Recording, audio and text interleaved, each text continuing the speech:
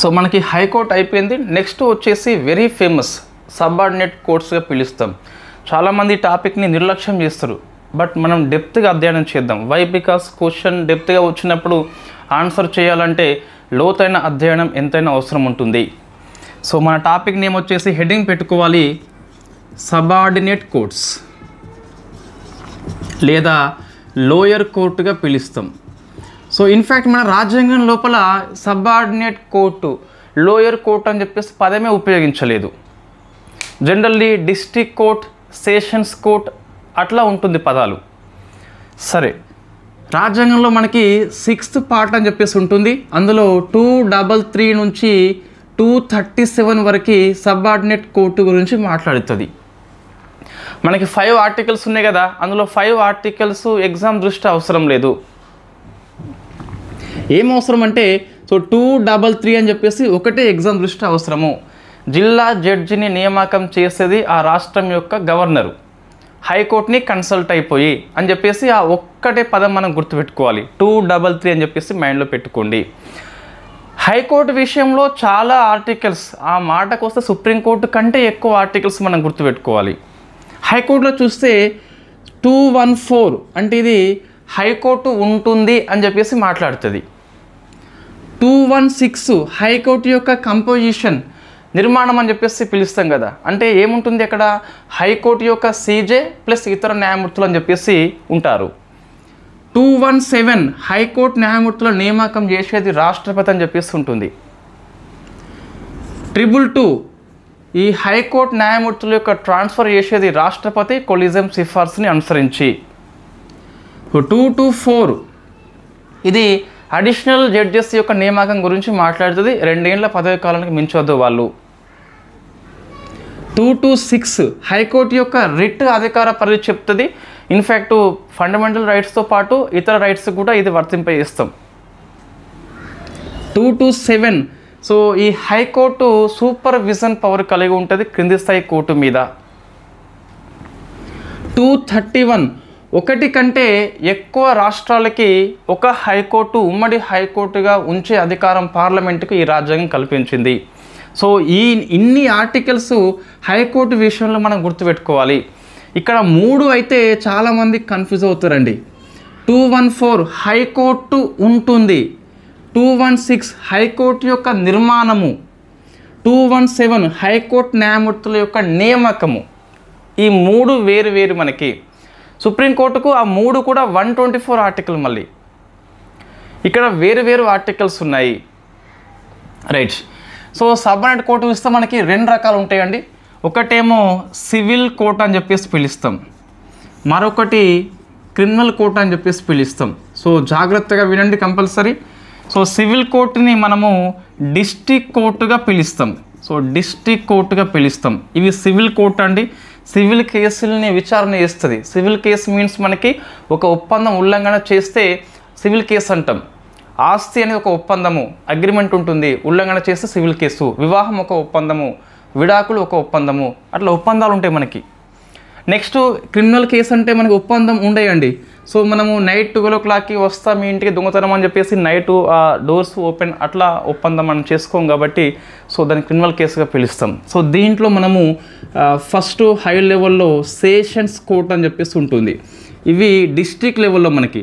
రాష్ట్రంలో ఏముంటుందండి, హైకోర్టు ఉంటుంది. సో డిస్ట్రిక్ట్ లెవెల్లో మనకి సివిల్ కేసుల్ని డిస్ట్రిక్ట్ కోర్టు విచారణ చేస్తుంది, క్రిమినల్ కేసుల్ని సెషన్స్ కోర్టు విచారణ చేస్తుంది. ఇవి డిస్ట్రిక్ట్ కోర్టుగా మనం పిలుస్తాం అన్నట్టు. సో నెక్స్ట్ ఇక్కడ డిస్ట్రిక్ట్ కోర్టు, సెషన్ కోర్టు అని చెప్పేసి నిజంగా అది ఒకటే కోర్టు. అది ఈ రెండింటికి కూడా ఒకరే వ్యక్తి. సో డిస్ట్రిక్ట్ జడ్జిగా పిలుస్తాం. ఈయన ఒక్కడే. ఇప్పుడు అరుంధతి పెద్దామె, చిన్నామె అరుంధతి, ఆమె ఈ అమ్మగా మళ్ళీ పుట్టిందని చెప్పేసి ఉంటుంది. సో ఇతనే ఇక్కడ, ఇతనే ఇక్కడ అని చెప్పేసి ఉంటుంది. సో అతను ఏ కేసుని వాదిస్తే సో మనము డిస్ట్రిక్ట్ కోర్ట్ జడ్జిగా పిలుస్తాం. ఈ కేసు వాదిస్తే సెషన్స్ కోర్ట్ జడ్జిగా పిలుస్తాం. ఈ డిస్ట్రిక్ట్ జడ్జికి సపోర్ట్ చేయడానికి మనకు అడిషనల్ అని చెప్పేసి ఇంకొక జడ్జి ఉంటాడు. సరే, నెక్స్ట్ క్రింది స్థాయి కోర్టు. డిస్ట్రిక్ట్ అంటే కింద మనకి, దీన్ని సబార్డినేట్ కోర్టుగా పిలుస్తాం. సో సబార్డినేట్ కోర్టుగా పిలుస్తాం మనం. ఈ జడ్జిని మనము సీనియర్ డివిజన్గా పిలుస్తాం. సో సీనియర్ డివిజన్ జడ్జిగా పిలుస్తాం అన్నట్టు. దీని కింద ఉండేది మున్సిఫ్ కోర్టు అండి. It is Munsif court. ఈ జడ్జిని మనము సో జూనియర్ డివిజన్ జడ్జిగా పిలుస్తాం. మనం డిస్కస్ చేద్దాం ఏ జడ్జిని ఎలా నియామకం చేస్తామని చెప్పేసి. ఫస్ట్ ఏంటి, జస్ట్ మనం దశల వారీగా కోర్టుల యొక్క పేర్లు చూస్తే డిస్ట్రిక్ట్ కోర్టు, సబార్డినేట్ కోర్టు, మున్సిఫ్ కోర్టు అని చెప్పేసి ఉంటుంది. So district judge, senior division judge, junior division judge అని చెప్పేసి పిలుస్తాం. అదే క్రిమినల్ స్థాయికి వెళ్తే మనకి సెషన్స్ కోర్టు కింద మనకి so chief judicial magistrate class 1 అని చెప్పేసి పిలుస్తాం ఇతన్ని. So chief judicial magistrate, in fact ఇది క్లాస్ 1 అని చెప్పేసి పిలుస్తాం ఈ కోర్టుని. నెక్స్ట్ సెకండ్ వచ్చేసి జ్యుడిషియల్ మెజిస్ట్రేట్ కోర్టుగా పిలుస్తాం. So judicial magistrate only, not chief. ఇతను ఇది క్లాస్ 2 అని చెప్పేసి పిలుస్తాం. సేమ్ అండి, ఇక్కడ ఇదేం సివిల్ కేసు పనిచేస్తుంది, ఇక్కడ క్రిమినల్ కేసు అదే పనిచేస్తుంది. నియామకాలు అన్నీ ఒకటి. ఇవంతా వీళ్ళందరూ న్యాయమూర్తులే, న్యాయవాదులు కాదు నేను చెప్పేది. ఇప్పుడు ఏంటి అంటే చాలామందికి ఇది పెద్ద కన్ఫ్యూజన్ అండి. ఎవరు నియామకం చేస్తారని చెప్పేసి అర్థం కాదు. చెప్పేది ఫస్ట్ గుర్తుపెట్టుకోండి. సో జిల్లా జడ్జి ఎవరైతే ఉంటారో, డిస్ట్రిక్ట్ జడ్జి ఎవరైతే ఉంటారో, ఇతన్ని ఆర్టికల్ 233 ప్రకారము ఆ రాష్ట్రం యొక్క గవర్నర్ నియామకం చేస్తాడు. మొన్న గ్రూప్ 2 బిట్ టీజీపీఎస్సీ వాళ్ళకి. సో ఆ రాష్ట్ర హైకోర్టుని కన్సల్టే నియామకం చేస్తాడు అండి. డిస్ట్రిక్ట్ జడ్జిని చెప్పేది.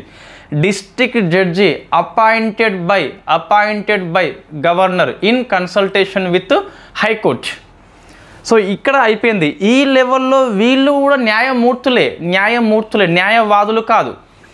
వీళ్ళకి అంటే నేను చెప్పేది సో డిస్ట్రిక్ట్ వీళ్ళందరినీ మనము అదర్స్గా పిలుద్దామండి. సో ఇక్కడ ఏం చెప్తున్నాం అక్కడ అదే ఉంటుంది, సేమ్ ఉంటుంది. మనం ఇది ఎగ్జాంపుల్ తీసుకుందాం.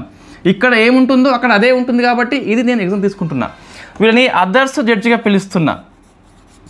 వీళ్ళు డిస్ట్రిక్ట్ జడ్జిలు, వీడు ఒకడే వాస్తవంగా.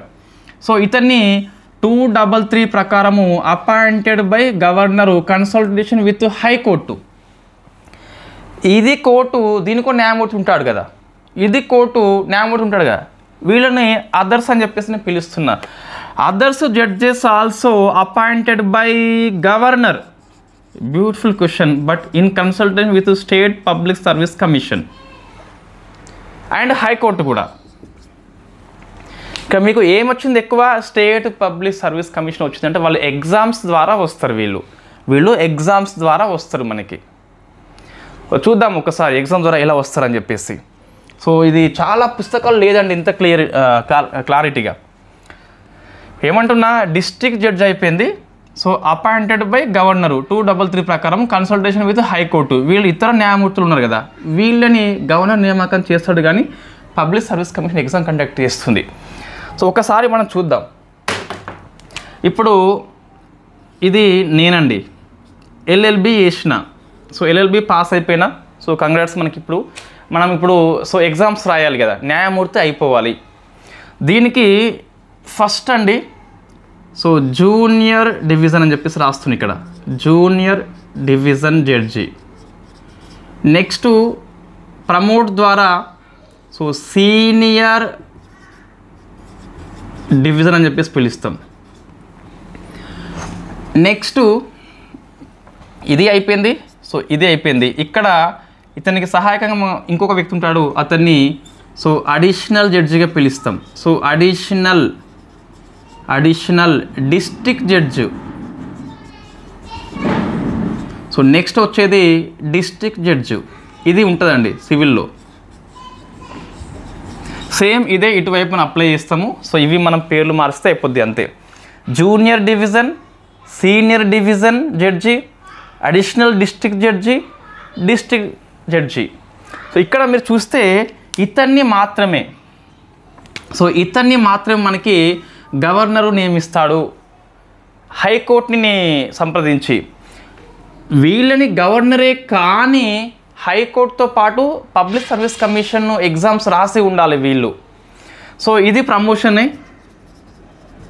ఇది ప్రమోట్ ద్వారా పోవచ్చు, చూద్దాం మనం ఒకసారి. ఫస్ట్ ఇతను ఎల్ఎల్బి ఉంది కదా, ఇతని వయసు కనుక మనకి సో 21 నుంచి 21 నుంచి 35 ఉంటాయి గిట్ట, 21 నుంచి 35 ఉంటాయి గిట్ట అతను సో ఎగ్జామ్స్ రాసి ఇక్కడ వెళ్ళిపోవచ్చు అండి. ఎంత వయసు? 21 వయసు నుంచి 35 ఉంటాయి గిట్ట. ఈ రెండింటిని మనము సో ఇక్కడ ఇవి రెండేంటి మనకి లోయర్ కోర్టులు, ఇవి డిస్ట్రిక్ట్ కోర్టు కంటే లోయర్ కోర్టుగా పిలుస్తాం దీన్ని మనకు. సో ఆ ఎగ్జామ్ పేరు లోయర్ జ్యుడిషియల్ ఎగ్జామ్ అండి. సో లోయర్ జ్యుడిషియల్ ఎగ్జామ్ 21 నుంచి 35 ఏళ్ళ వయసు ఉంటే ఎగ్జామ్ రాసి నువ్వు న్యాయమూర్తిగా వెళ్ళిపోవచ్చు, నువ్వు అడ్వకేట్గా పనిచేయాల్సిన అవసరం లేదు ఇక్కడ rule. So junior division judge ఈ 2 స్థాయిల్లో లోయర్ ఎగ్జామ్ ఉంటుంది. అర్హత వయసు 21-35, ఇది ఎగ్జామ్ రాదు బట్ మీకు ఐడియా ఉండాలంతే. సో ఇది అయిపోయింది మనకు, దీనికి ఎగ్జామ్ కండక్ట్ చేస్తాం. ఇప్పుడు ఇక్కడ చూస్తే మీకు ఇతను సో రాసే ఎగ్జామ్ పేరు సీనియర్ జ్యుడిషియల్ ఎగ్జామ్ అని చెప్పేసి పిలుస్తాం. Higher, it is higher judicial exam అని పిలుస్తాం అన్నట్టు. అర్హత వయసు 35 నుంచి 44 ఏళ్ళు ఉండాలి. ఇతను ఈ ఎగ్జామ్ రాయాలంటే మనకి ఇంకా 7 ఇయర్స్ అంటే ఈ అర్హత వయసు ఉండాలి, దాంతోపాటు 7 ఇయర్స్ అడ్వకేట్గా పనిచేసి ఉండాలి. నేరుగా అడిషనల్ జడ్జిగా వెళ్ళాలి అంటే 7 ఇయర్స్ అడ్వకేట్గా పనిచేయాలి. అర్హత వయసు 35 నుంచి 44 ఉంటుందండి, 44 ఉంటుంది.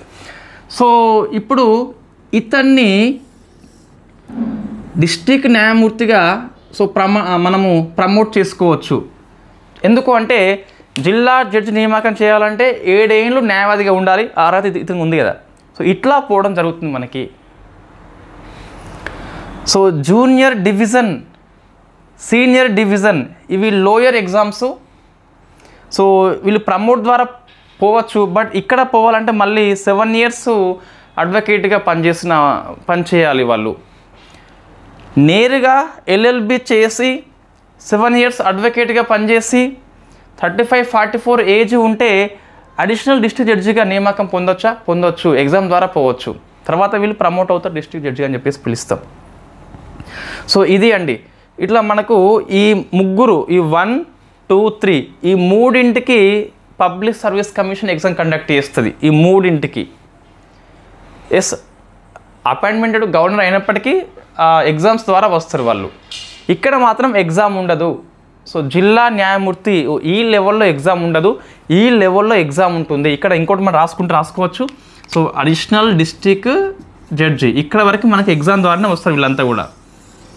సో ఇక్కడ మీకు రిజర్వేషన్ వర్తిస్తుంది, ఎగ్జామ్స్ కాబట్టి పబ్లిక్ సర్వీస్ కాబట్టి వర్తిస్తుంది.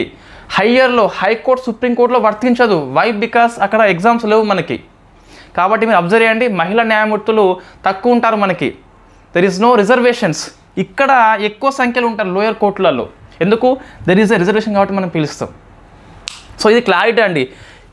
ఇంతవరకు ఎగ్జామ్స్ గవర్నరు, ఇది ఎగ్జామ్స్ లేదు గవర్నరు. 7 ఇయర్స్ అడ్వకేట్గా పనిచేసి ఉండాలి ఈ అడిషనల్ డిస్ట్రిక్ట్ జడ్జికును డిస్ట్రిక్ట్ జడ్జికి. ఇది దిగువ న్యాయస్థానంలో న్యాయమూర్తుల నియామకం గురించి అండి. సో ఇంత డెప్త్గా మీకు ఏ పుస్తకంలో ఉండేదండి? Thank you very much.